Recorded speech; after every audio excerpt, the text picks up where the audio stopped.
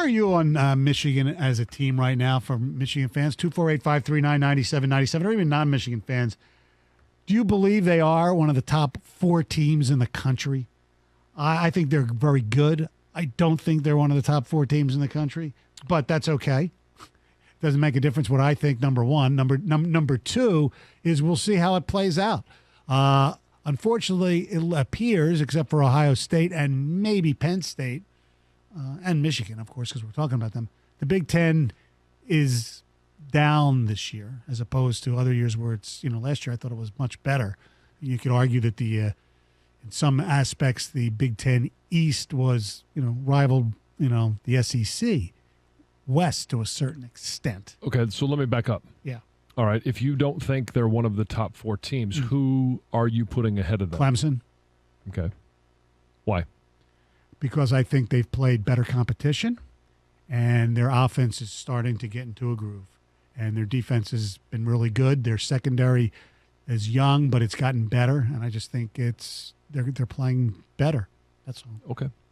Just ask a question. Yeah.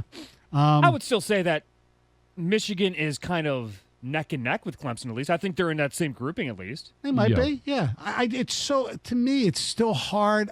I'm not as astute as you are, John, to looking at teams when they play against teams that aren't, when I consider very good, and they win. And I'm not going to take anything away from Iowa's win, but I mean the win by Michigan over Iowa, but they're not a really good team, and I know it's a tough place to play. The top 5 teams.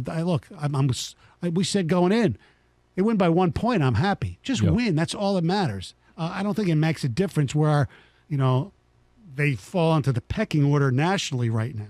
No, it makes no difference because whether you're looking at the AP 25, you look at the coaches poll, right, and none of it matters until the College Football Playoff Committee makes their determination as to where they believe these teams fall. Right. I think there are right now clearly 3 teams at the top of the list. Yes. And we're not including Clemson in that. USC, Michigan, Oklahoma State, Tennessee is still undefeated, Ole Miss, Penn State, but it's Alabama, Georgia, Ohio State. Correct. And Georgia has some warts right now. Bama and Georgia have trailed in the fourth quarter this year, and Ohio State was 17 seconds from trailing in the fourth quarter against Notre Dame. Correct. So I know everybody wants to put these teams on a mountaintop, but they don't seem quite as good, any of them. Now, I think Ohio State is getting seasoned. What they've been the last couple of weeks is what I thought they would be, and I still think they're the best team in the country. So do I, and their defense is getting better. Yep. Yeah. I will say I still think those are the top 3. Yes. I don't think the mountaintop is as high as it has been in previous years. Correct. That's why when we asked in the Wide 9 a few weeks ago, Alabama or Georgia or the field, I said I'd take the field. Yeah. And I was thinking mostly of Ohio State. But, yeah, because Georgia, look, they didn't play good against Kent, and they certainly didn't play well against Missouri last week. Now they had injuries, but every team has injuries.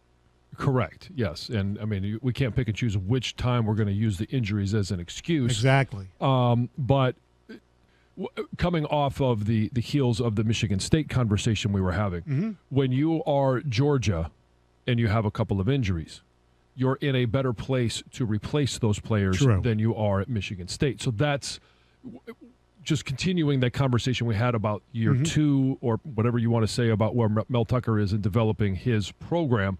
I do think that Michigan right now is in a good position. We've already seen them, suffer an injury at the tight end position, right? With Eric Hall, and I think Stoney is doing a pretty good job. Well, one of their best linebackers hasn't played all season, right? Yeah, Nikhil Green. Yes, I was made aware of that last night. Yeah.